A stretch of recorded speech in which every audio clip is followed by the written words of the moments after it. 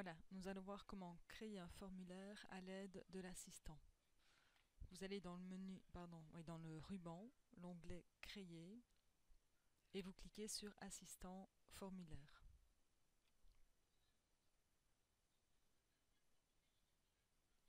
Alors, vous devez choisir si vous réalisez un formulaire sur base d'une table ou d'une requête.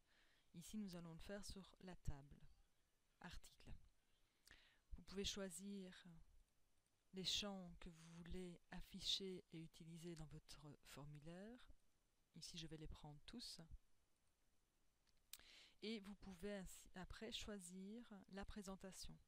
Bien sûr, cette présentation pourra être changée par la suite. Je laisse le titre article 1 pour le formulaire. Et je termine. Voilà, donc la présentation par défaut est celle-ci. Je remarque que en dessous, j'ai la possibilité de naviguer dans les enregistrements, de passer au dernier ou au premier, et j'ai également un petit bouton qui me permettrait d'enregistrer un nouvel enregistrement. J'ai également une zone de recherche. Alors, passons maintenant en mode création.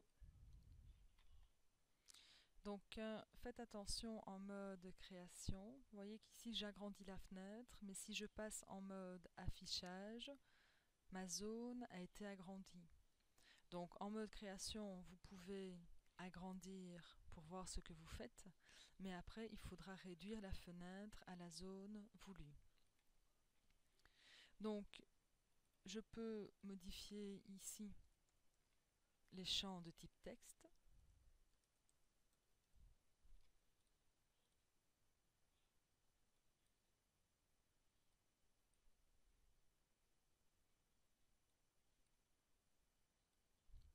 Alors, vous avez donc des onglets propres à la création du formulaire, création, organiser, format.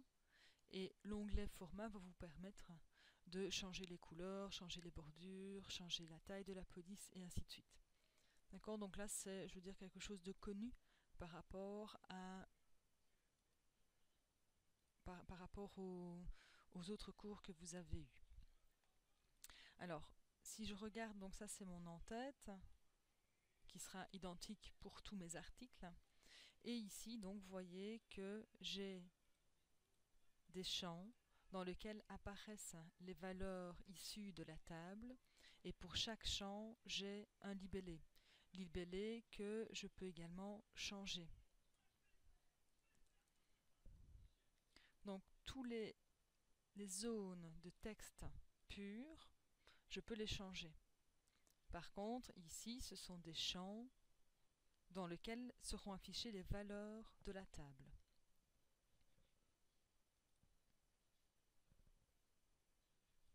D'accord, donc ici ma zone, je l'agrandis légèrement.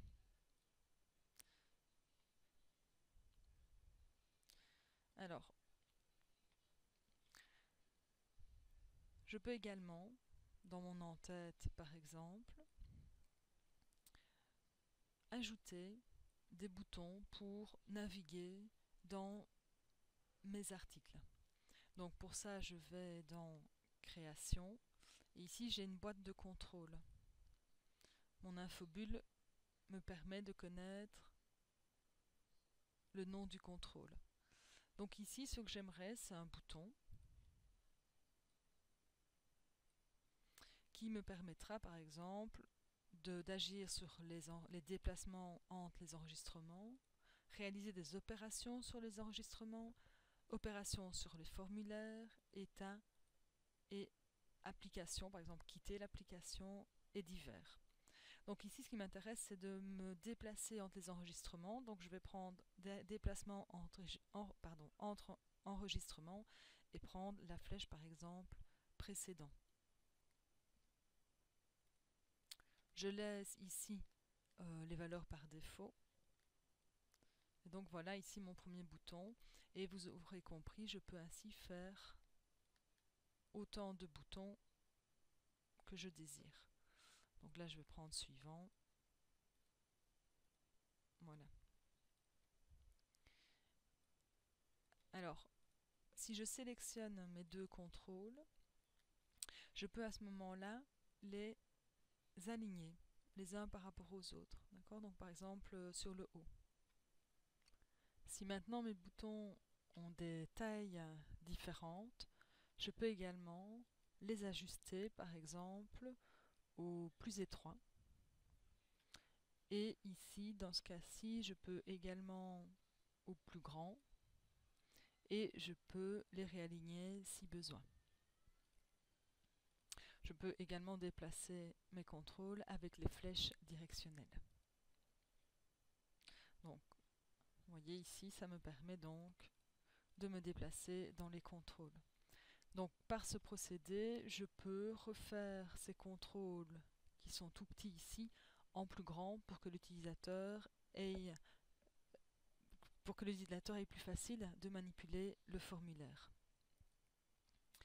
Alors, ici, je peux également rajouter une liste déroulante qui me permettra de sélectionner l'article à modifier. Donc, j'ai un assistant qui me propose 3 choix. Dans ce cas-ci, je désire rechercher un enregistrement basé sur la valeur que j'ai sélectionnée dans la liste déroulante. Donc, je fais suivant. Quels sont les champs qui vont apparaître dans ma liste déroulante? Je vais prendre la référence et le nom du produit. Suivant. Donc ici, bien laisser cocher le fait que la clé primaire sera cachée. Suivant. Moi, je laisse l'étiquette par défaut. Terminé. Donc si je passe en mode affichage, vous voyez ici l'étiquette, hein, le label, je le supprimerai après parce qu'il n'a pas tellement d'intérêt ici. Et donc voilà comment se présente ma liste déroulante. Donc si je prends gilet cuir, je vois bien que j'ai des informations sur le gilet cuir. Et ainsi de suite. Donc si je repasse en mode création, je vais supprimer ici mon étiquette. Donc je clique sur nom du produit, delete. Alors je vais également aligner ici mes éléments sur le bas. Et je les déplace ensuite avec mes flèches directionnelles.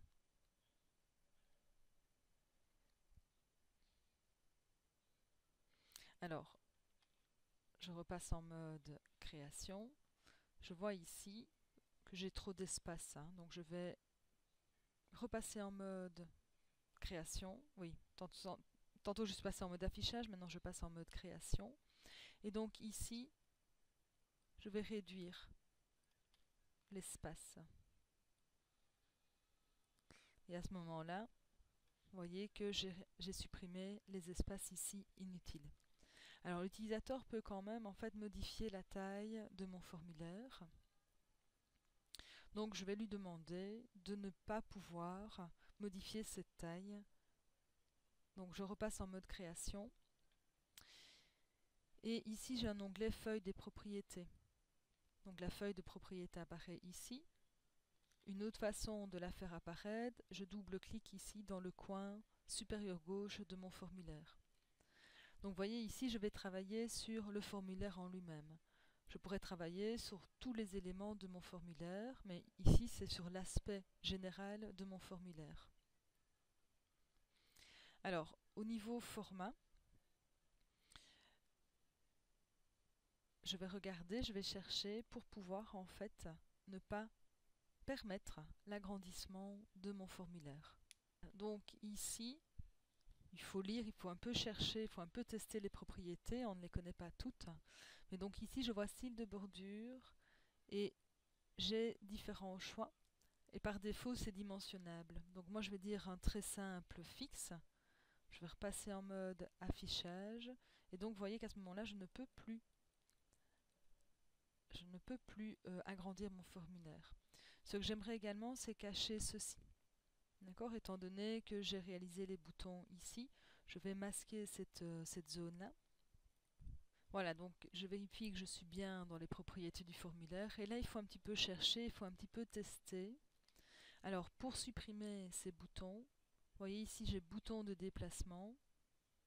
Je vais mettre à non. Donc, si je repasse en mode affichage, voilà, je vois que ici, mes boutons de déplacement sont supprimés, mais par contre, ceux-ci fonctionneront toujours.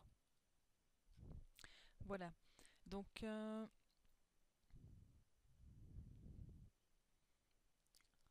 en mode affichage, je vois donc que je peux changer les valeurs. Alors en mode création, je peux changer le format. Donc attention, bien sélectionner ce qu'on veut modifier. Donc vous voyez ici le format. Je vais pouvoir lui dire que je veux tout en minuscule par exemple. Donc si je repasse ici,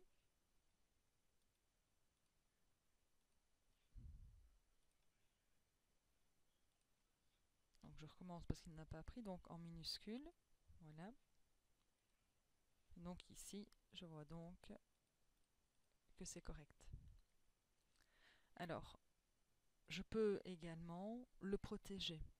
Donc pour le protéger, à ce moment-là, je vais regarder, donc pas dans le format, mais dans les données. Je vois que ici, je peux donc mettre un masque de saisie, une valeur par défaut, invalide ici. Mais vous voyez par exemple que le format, je l'ai changé dans l'onglet format. Donc l'onglet données me propose un champ non verrouillé. Je vais le verrouiller. Et si je repasse en mode création, à ce moment-là, je ne sais plus. D'accord, donc hop là, je suis pas dans la bonne catégorie. Voilà. Et donc ici, vous voyez que je ne sais plus le modifier.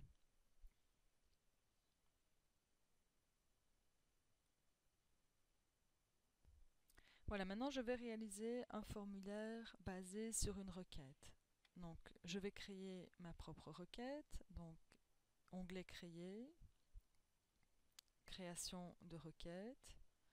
Et je vais choisir deux tables. Donc l'objectif c'est de créer un formulaire qui affichera tous les fournisseurs et leurs articles associés. Donc je prends fournisseur, je prends article et j'ajoute. D'accord, donc je vois bien que j'ai une relation 1N. Donc pour un fournisseur, je peux avoir plusieurs articles, mais un article n'appartient qu'à un seul fournisseur. Alors ici, je vais double-cliquer sur la petite étoile parce que je veux tous les champs. D'accord, dans les requêtes spécialisées, là on va choisir exactement les champs que l'on désire. Mais ici je veux tous les champs, donc je peux utiliser la petite étoile. Je ferme mon formulaire, et ma requête, et je l'appelle requête fournisseur article. Et comme tout à l'heure, je vais dans l'onglet créer, assistant formulaire. Et ici, je vais choisir ma requête. Et donc, je vois que j'ai bien tous les champs nécessaires. Alors, dans un premier temps, je vais prendre la référence produit, le nom du produit, l'article numéro fournisseur. Qu'est-ce que je vais pouvoir encore prendre? Le nom du fournisseur, la société, la personne de contact, le téléphone. Et ici, pour les articles, je vais prendre la quantité en stock, le PAHT et la quantité en commande. Et s'ils sont en promo. Je clique sur suivant. Donc, comment voulez-vous afficher les données? Donc, moi, je veux avoir ici les fournisseurs et en dessous les articles. Et c'est ce qu'on appelle avec un formulaire, avec un sous-formulaire. Donc, j'aurai ici mon formulaire principal et un sous-formulaire. Je peux prendre une présentation tabulaire ou une présentation feuille de données. Donc je vais garder ici la feuille de données. Je laisse ici les noms par défaut. Et voici mon formulaire. D'accord? Donc ici, j'ai bien la société et les articles proposés. D'accord? Et donc pour chaque fournisseur, pardon, pour chaque fournisseur, j'ai donc la liste de leurs produits. Je repasse en mode création. Tout ce qu'on a vu précédemment peut être également réalisé. Donc par exemple ici, je vais changer la présentation. Je vais mettre article ici et mettre article fourni. Et ici, je vais le déplacer.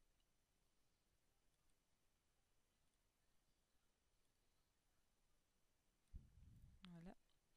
Alors je ne vais pas m'embêter plus, mais je vais utiliser les outils d'alignement. Donc je sélectionne ici mes objets dans format, non, organisé, pardon, aligné sur la gauche.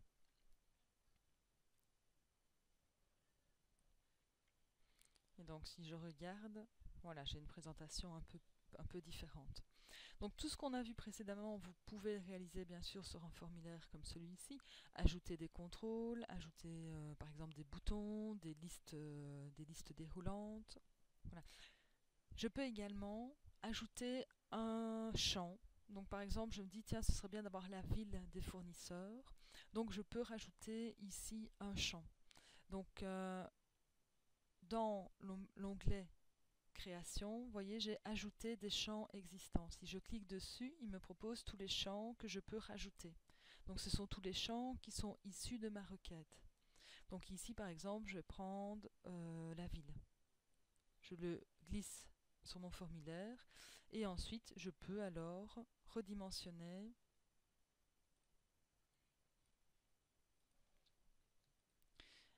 mes contrôles. Je peux les redimensionner, les déplacer et les ajouter là où je désire.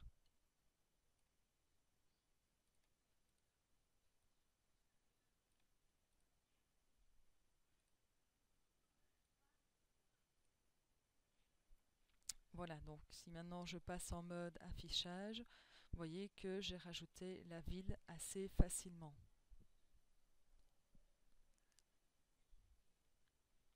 Alors, je peux également ajouter un pied de page. Donc, vous voyez, un pied de page, un pied de formulaire. Donc ici, je vais diminuer cette zone-là et je vais cliquer, glisser pour ajouter ma zone de formulaire. Donc là, je peux ajouter, comme dans l'entête, des données qui vont se répéter pour chaque fournisseur et article associé. Donc je pourrais ici demander de compter le nombre total de fournisseurs. Donc pour ça, je vais utiliser un contrôle. Donc je vais choisir le contrôle que je désire. Donc ici, je vais prendre une zone de texte. Une zone de texte, je la tire ici. Et donc, vous voyez qu'il me propose des zones vides. Donc là, je vais mettre nombre de fournisseurs. Nombre de fournisseurs. Et ici, donc là, je désire que le nombre du fournisseur s'affiche. Donc, dans ma feuille de propriété, dans Données, vous voyez, j'ai source de contrôle, format de texte, ce qu'on a vu précédemment. Mes sources de contrôle, vous voyez, ça va me permettre soit de choisir des éléments d'un champ issu de ma requête, ou en cliquant sur les trois petits points, d'ouvrir le générateur d'expression que vous connaissez et ainsi demander de me compter le nombre de fournisseurs. Donc je vais aller dans une fonction intégrée, fonction de regroupement, je vais compter. Je me mets ici, compter quoi? Je vais compter ici le nombre de sociétés. Je clique sur OK. Et je vois bien ici que j'ai le nombre de fournisseurs présents dans mon listing. Dans mon pied de formulaire, mais quel que soit en fait l'endroit, Je vais pouvoir mettre des contrôles qui vont me permettre de compter des choses, de réaliser des calculs, donc tout ce qu'on peut faire avec le générateur d'expression.